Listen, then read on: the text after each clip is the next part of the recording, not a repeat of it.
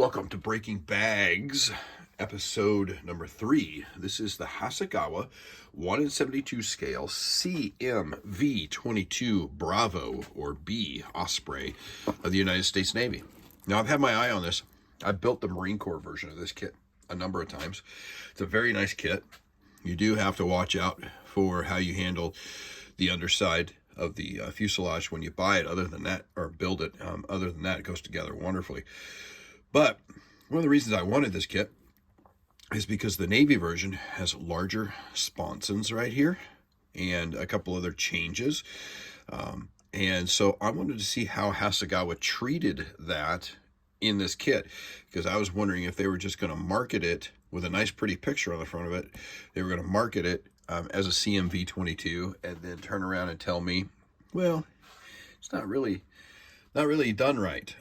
But we're going to find out whether they did or not. So this just came out. Sprue Brothers this past weekend had a wonderful Hasegawa 15 or 20% off sale. So I thought now's the perfect time to snag it when you can get it a little bit cheaper. It's great. So here we are. Is kit number 02410. It is the 1 in 72 scale, limited edition. We'll find out why it's limited edition. CMV-22 Osprey.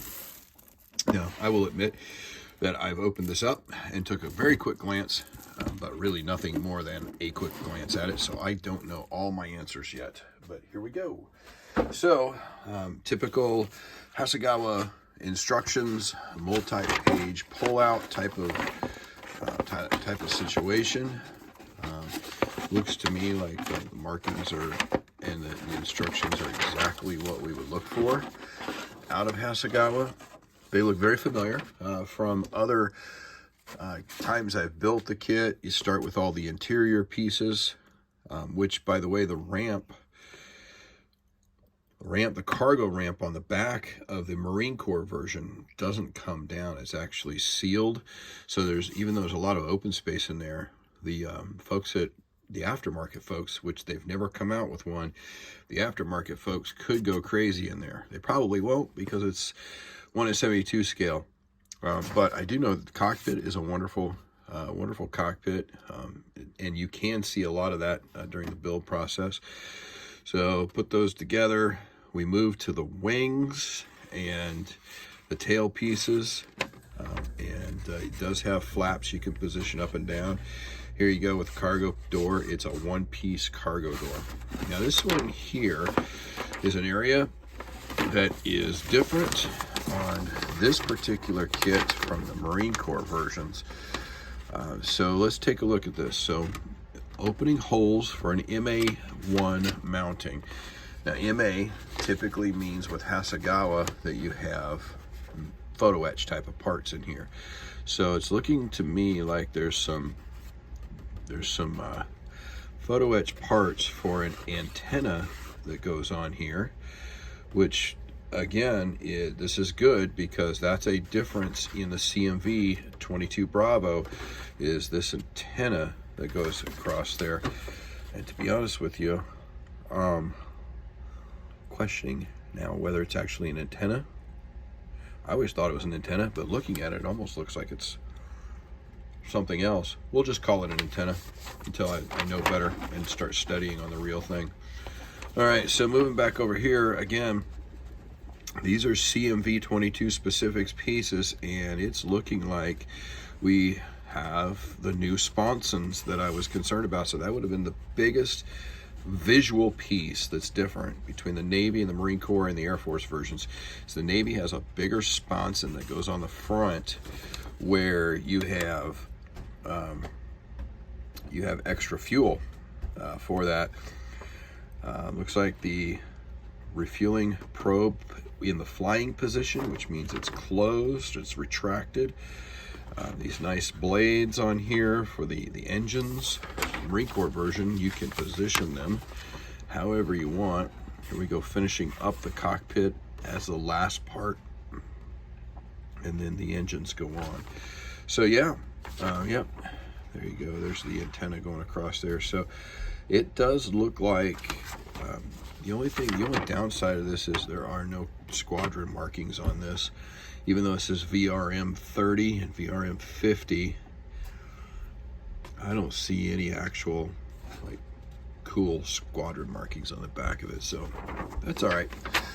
They really haven't deployed. I mean, they have deployed on missions. I know that. They went on their first deployment recently. Okay, so let's break some bags on this. Let's slide this over. Let's take a look at what we've got here. So first off, Hasegawa continues to offer in this kit a stand, so you can put it in flight. Oops.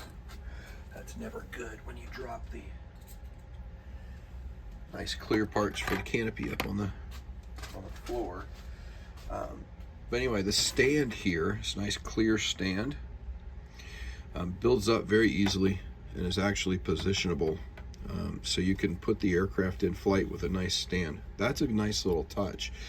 They took it out on some of their Marine Corps versions.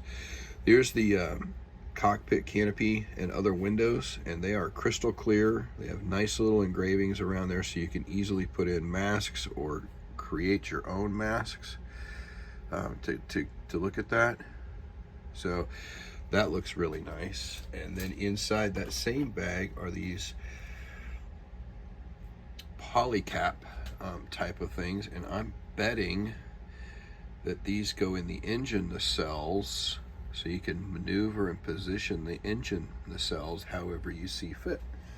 So that seems to be like a good piece as well. All right, let's take a look now. All the plastic minus the clear parts come in this one big bag. So let's pull everything out. Let's see what we've got. All right, as with any Hasegawas, you gotta watch out for the loose parts. And this one had one loose part, which happens to be the engine nacelle. It's very well detailed. There. All right, let's set that piece aside for a moment. All right, let's look at the cockpit and the other pieces. All right, so you have a very nicely engraved fuselage here. Now this is the part where it's different on the Navy airplane. The sponson is much bigger. You can see how squared off and in some cases how large these parts are. Now this is the challenging part when you put the two halves together going across here. Just a little bit of build tip. I'd recommend that you put some sort of braces on the inside of here in order to properly align these, because I've had many problems. I've built 3 of these kits before. Many problems where they'll sink in, if you will, and then you'll have some challenges there. You can see big wide open space here that you're going to do nothing with, so don't even worry about painting in here. It's just this area up here you need to worry about painting. Marine Corps flies around a lot with this door open. I suppose you could cut it out if you wanted to, but that would be a significant challenge. Here's a nice little piece. The front landing gear doors are molded closed so that you can do this in flight if you want to. Cockpit areas, everything's flat. You know, 1:72 scale, it's not a big problem to put some decals on there, especially when the interior there's all black. They do, interestingly enough, put in an interior wall. So if you were to cut this open for whatever reason, you would see inside here, and there's a little fire extinguisher on the wall in there, things like that to work with. So finely engraved. This kit, I think originally is about 5 years ago for the V-22, but that is looking good. So standard V-22 there, nothing new, nothing changed yet. All right, this is your tail pieces here. They come in halves. You glue the two halves together. This piece is what goes on the inside. A lot of small pieces. There's a FLIR pod here in half. You put that together. The refueling probe. satellite antennas, other different types of antennas down here. And this looks to be a piece of the landing gear. Now, I don't recall this in the past. Maybe it's just me. I don't recall that. It's almost as if those been re-engineered, because that gives us some extra strength, especially along the bottom piece there. Because what this does is here. So this piece will slide into here. The stand will slide into this slot and then up into that slot. So I don't know. Can't recall using that piece before, but anyway, again, plastic looks nice. All right, so we got some engine nacelle pieces. We have pilots, different landing gear pieces, seat, small pieces along here. So actually you've got 2 pilots in this one piece, and this is a doubled up set. So you actually get 4 air crew. Just nice. All right, again, standard V-22 stuff there. All right, let's take a look at this one. Is the engine nacelles. Lots of good detail there. So if you have the nacelle facing in the helicopter straight up position or even at an angle, you'll be able to see that. So that's really nice. Here's the cargo door. See, there's nothing on the inside. That's just bracing.